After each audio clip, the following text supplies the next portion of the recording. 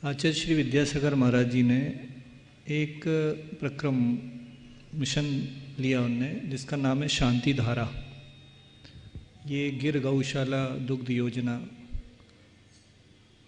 तो इसमें हम समाधान ये चाहते हैं कि लोगों को भी इसके बारे में जानकारी नहीं, इसका महत्व क्या है, क्या औचित्य है इसका, और गुरुजी को क्या आवश्यकता पड़ी ये खोलने की। बहुत अच्छा सवाल महाराज जी ने कहा। धवला में एक सूक्त आया, या श्री सा गौ, इस धरती पर जो भी संपदा है वो गाय में। गाय ये धवला का सूक्त है, और गाय को संपूर्ण सृष्टि का प्रतीक माना जाता है। गौ का अर्थ पृथ्वी भी होता है। भारत में गौ सेवा की प्रणाली बहुत प्राचीन है, परिपाटी चली आ रही है। वर्तमान में गोवंश बहुत संकट में है, उनका संरक्षण संवर्धन भी बहुत आवश्यक और अपेक्षित है।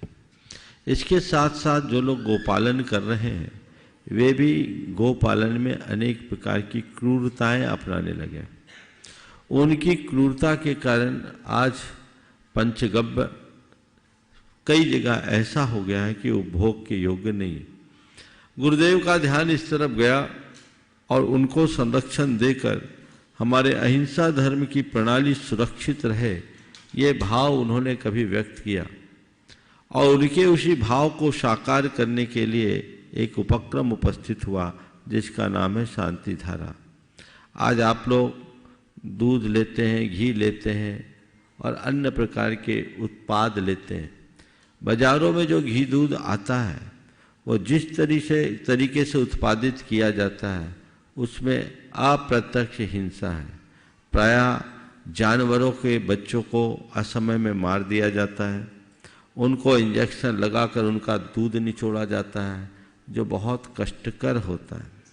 डेयरी को एक उद्योग के रूप में ले लिया गया, जबकि हमारे देश में गोपालन था, पशुपालन था, वो उद्योग नहीं था। अब वो एक इंडस्ट्री के रूप में डेवलप कर लिया है।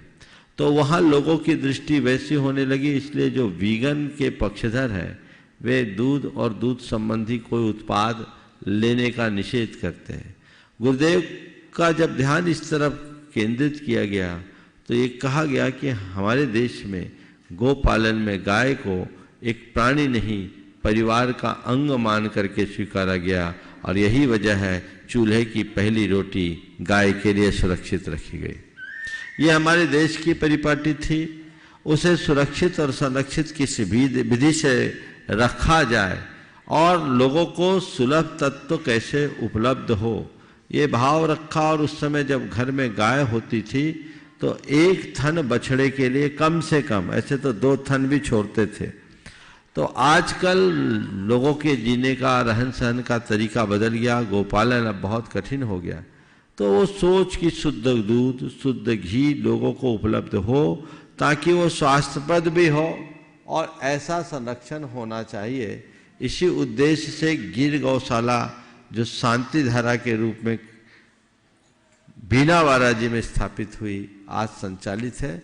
उसके अनेक उत्पाद सारे देश में उपलब्ध है जो आपके लिए पूरी तरह स्वास्थ्यप्रद है। गिर गौशाला का जो घी है वो कोलेस्ट्रॉल भी नहीं बढ़ाता। आप जो बाजार का घी लेते हैं थोड़ा सस्ता मिलता है, लेकिन बीमारी साथ में आती है। और गिर गाय का घी मेरे ख्याल से 2,000 रुपये के आसपास मिलता होगा, लेकिन फिर भी सस्ता है, क्योंकि उसको लेने वाले को कोई कोलेस्ट्रॉल नहीं बढ़ेगा और वो पूरी तरह अहिंसक रीति से तैयार होता है। इसलिए ये प्रयोग सिद्ध बातों को ध्यान में रखते हुए, देसी गोवंश का संरक्षण करते हुए आप गोपालन में अपना सहयोग भी इस प्रकार से दे सकते हैं। और प्रत्येक व्यक्तियों को इस प्रकार के उपक्रम को बढ़ाना चाहिए, बढ़ावा देना चाहिए, और अपने परिवार के दीर्घकालिक हितों की सुरक्षा करने की दृष्टि से इस तरह के कृत्यों को प्रोत्साहित करना चाहिए। और साधु संतों के लिए भी मैं कहूँ, तुम तो अपने लिए 100 उपाय कर सकते हो, पर साधु संतों की सेवा भैया वृत्ति करना चाहो तो उन्हें वही आहार दो जो पूरी तरह शुद्ध हो, जो पूरी मर्यादा का हो, भिलौना का हो।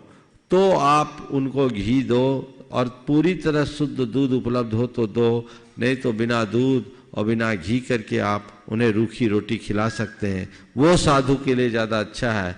पर ऐसा खिलाओ जो उनके स्वास्थ्य के अनुकूल नहीं है, वो कतई उचित नहीं है।